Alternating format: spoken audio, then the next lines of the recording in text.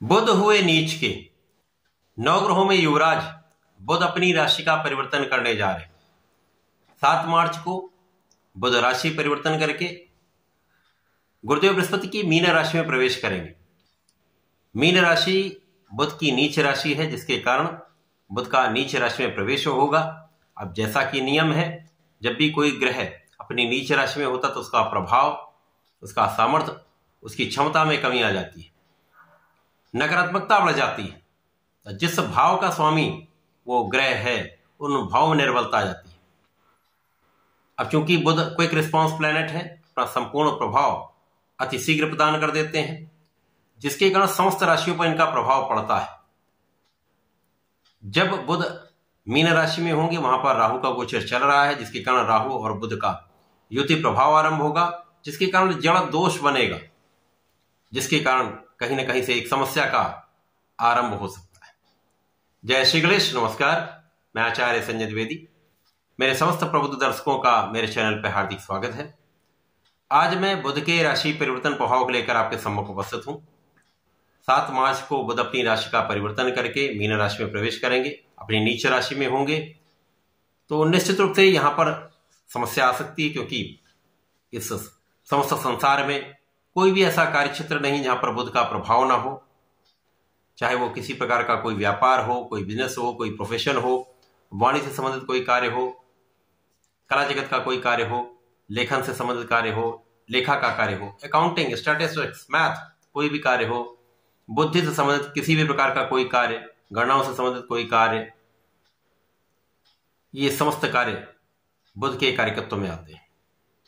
तो बिना बुध के तो कोई कार्य हो ही नहीं सकता। तो बुध का परिवर्तन सदा ही अत्यंत महत्वपूर्ण होता है।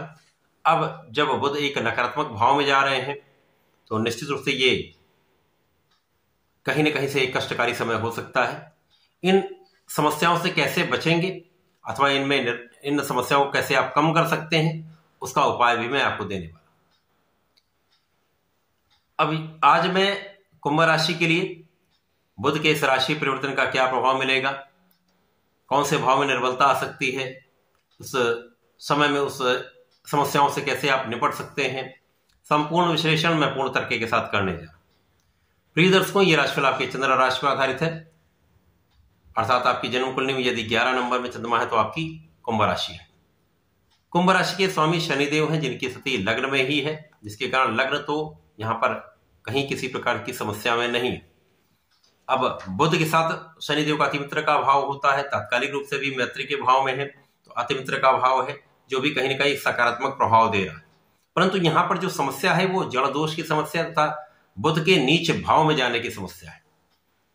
तो बुध का जो कार्यकत्व का भाव है, अर्थात आपकी वाणी, आपकी बुद्धि का भाव, इसके साथ ही साथ जिन भाव के स्वामी कुंभ राशि के लिए बुध हैं, वहां पर इनका प्रभाव पड़ेगा। अर्थात यहां पर स्त्रियों को देखें तो अष्टम तथा पंचम के स्वामी, पंचम तथा अष्टम के स्वामी का गोचर द्वितीय भाव में हो रहा है। द्वितीय भाव जो कि धन का भाव है, ये पारिवारिक संपत्ति का भी भाव है, परिवार के सदस्यों का भी भाव है। अब श्रेष्ठ भाव के स्वामी है जो पंचम ज्ञान का भाव है, शिक्षा, प्रज्ञा का भाव है, संतान का भाव है, प्रेम का भाव है, तथा यहां पर आपके आकस्मिकता के भाव के स्वामी का गोचर द्वितीय भाव में होगा। तो निश्चित रूप से इन भावों पर इनका प्रभाव पड़ेगा। तो यहां पर अचानक धन प्राप्ति का योग तो बन सकता है, किसी प्रकार से कर अचानक धन प्राप्त हो सकता है, परंतु उसके लिए कहीं ना कहीं कुछ विवाद भी हो सकता है। तो विवाद से बचे। विवाद कैसे हो सकता है? यहां पर आपकी वाणी के कारण, वाणी की कठोरता से, वाणी के कटाक्ष से आपको बचना होगा।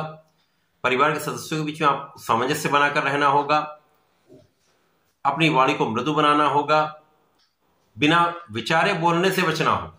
किसी भी कार्य को करने से पहले 4 बार विचार कर लें, तो उसके पश्चात आप बात करें, क्योंकि यहां पर बुद्धि भ्रमित हो जाती है। इसी प्रकार से राहु एक भ्रम है। आप यदि अच्छे प्रयास भी करेंगे, अच्छे बोलने का प्रयास भी करेंगे, आपके बोलने का एक गलत अर्थ लिया जा सकता है, तो यह भी समस्या हो सकती है। इनसे आपको बचना होगा। तो कम से कम बोलेंगे, जितना भी बोले सोच विचार कर बोले। अब इसके साथ साथ परिवार के सदस्यों के बीच में यदि सामंजस्य बनाना है तो आपको नियंत्रण रखना ही होगा। पारिवारिक संपत्ति से अचानक कुछ लाभ की संभावना बन सकती है, परंतु वो भी विवाद के साथ ही आपको मिलेगी। आपका शारीरिक स्वास्थ्य अच्छा रहेगा, परंतु यहां पर आपके स्किन से संबंधित कुछ समस्याएं, एलर्जी की कुछ समस्या यहां पे आपको ध्यान रखना होगा। विशेष रूप से वाणी के भाव में है तो वाणी पर संयम निश्चित रूप से आपको रखना होगा। अब ज्ञान शिक्षा का भाव यहां पर आपका प्रभावित हो सकता है। यहां पर निश्चित रूप से कुछ नकारात्मकता आएगी। जो विद्यार्थी गण हैं विशेषतया उनको इस समय में अपना पूरा मन पढ़ाई में लगाना होगा। ये मानकर चलें कि ये मेरा कर्म है, इसको मुझे करना ही है। पूर्ण निष्ठा के साथ अपने पढ़ाई में आपको लगे रहना, क्योंकि यहां पर मन उचाट हो सकता है, विरक्ति की स्थिति आ सकती है। मन पढ़ाई में नहीं लगेगा, मन कल्पनाशीलता में चला जा सकता है। अनावश्यक किसी भय के कारण आपके अंदर एक तनाव आ सकता है। परीक्षा का भय भी हो सकता है। वर्तमान समय में परीक्षाएं चल रही हैं, इन परीक्षाओं के डर से बचना होगा। ऐसा कोई बड़ा यहां पर कष्ट नहीं होने वाला। केवल आपको अपने कॉन्फिडेंस को बढ़ाना होगा, कंसंट्रेशन के साथ अपने कार्य को करना होगा, पढ़ाई पर पूर्ण नियंत्रण रख के आपको कार्य करना होगा, मन को भटकने से बचाना होगा। तो आप जब अपने कॉन्फिडेंस को बढ़ा लेंगे तो आपका कंसंट्रेशन भी बढ़ जाएगा। यहां पर संतान पक्ष के कहीं न कहीं स्वास्थ्य में कुछ निर्बलता आ सकती है, थोड़ा ध्यान रखेंगे। कुछ एलर्जी की समस्या हो सकती है। यहां पर भी वाणी का ही भाव एक समस्या कर सकता है। संतान के साथ कुछ क्लेश की स्थिति बन सकती है। प्रेम संबंधों में विवाद की स्थिति बनती है। यहां पर आपको इनसे दूरी ही रखनी चाहिए। अब बुध यहां पर चूंकि ज्ञान के बुद्धि के भाव के स्वामी है, ज्ञान के स्वामी है तथा बुद्धि के कारक हैं, वाणी के कारक हैं, वाणी के भाव में है। अब यहां पर वाणी की ही निर्बलता, बुद्धि की ही निर्बलता प्राप्त होगी।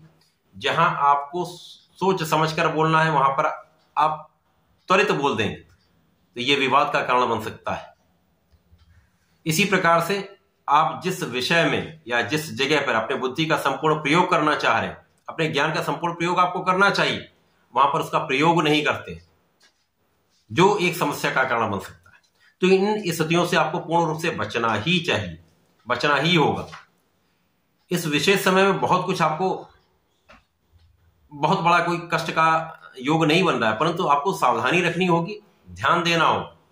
इस समय में आपको नित्य श्री गणपति महाराज के संकर्णासन श्री गणेशोत्तम का पाठ करना चाहिए।